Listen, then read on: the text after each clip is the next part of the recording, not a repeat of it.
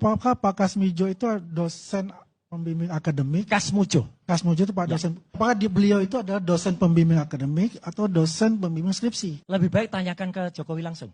Yang pertama saya ingin menyampaikan penghargaan yang setinggi-tingginya kepada dosen pembimbing saya, Bapak Kasmujo. Beliau itu dulu waktu membimbing saya, seingat saya galak sekali. Saya bisa menyelesaikan skripsi saya, pun saya lupa juga bolak-baliknya berapa kali. Karena begitu maju, dibentak balik. Begitu maju, dibentak kok galak sekali. Jokowi pada saat wawancara tahun 2017, beliau mengatakan, ini loh dosen pembimbing saya. Dia nggak nyebut akademik, nggak nyebut skripsi. Tapi saya bolak-balik. Dosen pembimbing akademik, apakah mengharuskan mahasiswa bolak-balik? Enggak, Pak Andi. Itu dosen pembimbing skripsi. Dan yang paling menarik Pak Kan, bukti rekamannya ada. Berkali-kali Jokowi mengatakan pembimbing saya adalah Pak Kasmujo. Nama satupun nama Pak Kasmujo nggak ada di sini. Padahal itu dosen pembimbingnya. Apa jadinya seorang Kasmujo kalau kemudian nama bapak tuh nggak ditulis di sini? Lah ini skripsinya siapa? Kalau kemudian ini nggak ada nama Pak Kasmujo. Yang jelas, kalaupun beliau tidak tanda tangan di sini, Pak Kasmujo, dia setidak-tidaknya penghormatan pasti ditulis tuh di prakata itu, pasti. Ya, kalau enggak ya malin kundang itu dia. Ini kan nggak balance. Ini nggak balance ya untuk informasi ini. Saya bisa menyelesaikan skripsi saya. Sekali lagi Pak Kasmujo, saya mengaturkan banyak terima kasih karena bimbingan Bapak di jurusan teknologi kayu. Kalau nama jurusan yang disebutkan saja salah, namanya teknologi kayu katanya. Padahal jurusan teknologi kayu itu nggak pernah ada di Fakultas Kehutanan. Ini artinya mahasiswa apa gitu loh. Jurusan Fakultas Kehutanan itu hanya 3 tadinya. Tetapi pada tahun 78 ada satu lagi di samping silvikultur, manajemen hutan, kemudian teknologi hasil hutan. Ada satu lagi yang dibangun, didirikan tahun 78 yaitu konservasi sumber daya hutan.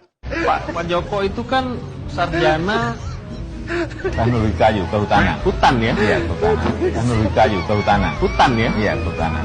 Teknologi kayu kehutanan. Hutan ya? Iya, kehutanan. Teknologi kayu kehutanan. Hutan ya? Iya, kehutanan. Teknologi kayu kehutanan. Hutan ya? Iya, kehutanan. Kok bisa melenceng jadi politisi, jadi birokrat? Ya adalah saya setelah lulus dari teknologi kayu, kemudian masuk di bisnis export method ya. Masih ada hubungannya tuh sama kayu, masih. Orang yang pernah kuliah pasti ingat KKN-nya di mana, bahkan nama dosen pembimbing pun tidak boleh lupa. Masa dosen pembimbing lupa? Satu lagi, jurusan saja tidak boleh lupa. Saya kuliah di Fakultas Ilmu Sosial dan Ilmu Politik S1-nya Bang Kani. Dengan bangganya saya bisa nyebut jurusan saya adalah jurusan komunikasi. Dulu namanya publisistik. Sekarang ada juga dulu namanya jurusan sosiatri, sekarang berubah jadi nama lain. Tapi dia harus ingat, kalau nama jurusan yang disebutkan saja salah, namanya teknologi kayu katanya. Padahal jurusan teknologi kayu itu nggak pernah ada di Fakultas Kehutanan. Ini artinya mahasiswa apa gitu loh. Assalamualaikum warahmatullahi wabarakatuh. Perkenalkan saya Muhammad Naim. Saya masuk Fakultas Kehutanan tahun 73, menyelesaikan S1 di sini di fakultas. Ya sekarang saya termasuk orang yang dituakan di Fakultas Kehutanan UGM. Fakultas Kehutanan UGM ini memiliki sejarah yang cukup panjang sebenarnya. Karena pada awalnya bergabung dengan Fakultas Pertanian, bagian kehutanan. Kemudian untuk Fakultas Kehutanan itu mulai ada semacam perkuliahan itu dari tahun 50 sampai tahun 57. Tahun itu dosennya masih sebagian besar dosen Belanda yang masih tinggal di Jogja. Di antaranya adalah Profesor Steve, Profesor Gardner, Profesor Juta, Profesor Verkiel, dan Profesor Verstih. Mereka mengajar bidang-bidang silvikultur, bidang perencanaan hutan dan manajemen. Dosen Indonesianya itu adalah Insinyur Sudarwono, Rejo Sudiro, Insinyur Sumaryo, Insinyur Sunaryo, Insinyur Aten Kuswanda, yang semuanya merupakan dosen terbang. Tahun 62 sampai 67 itu betul-betul Fakultas Kehutanan mengalami satu krisis yang luar biasa, terutama krisis yang terkait dengan keberadaan dosen. Belanda saat itu didomplengi oleh sekutu atau Belanda yang mendompleng sekutu melakukan pengecekan di wilayah bekas jajahnya di Indonesia.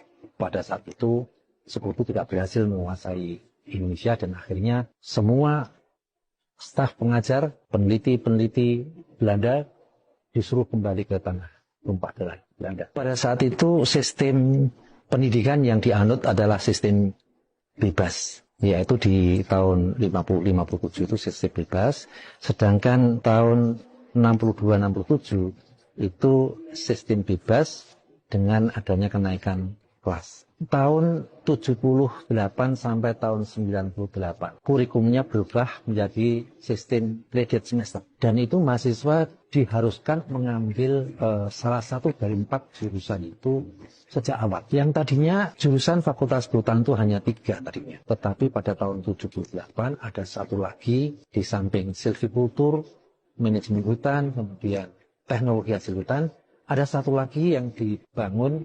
didirikan tahun 78, yaitu konservasi sumber daya hutan.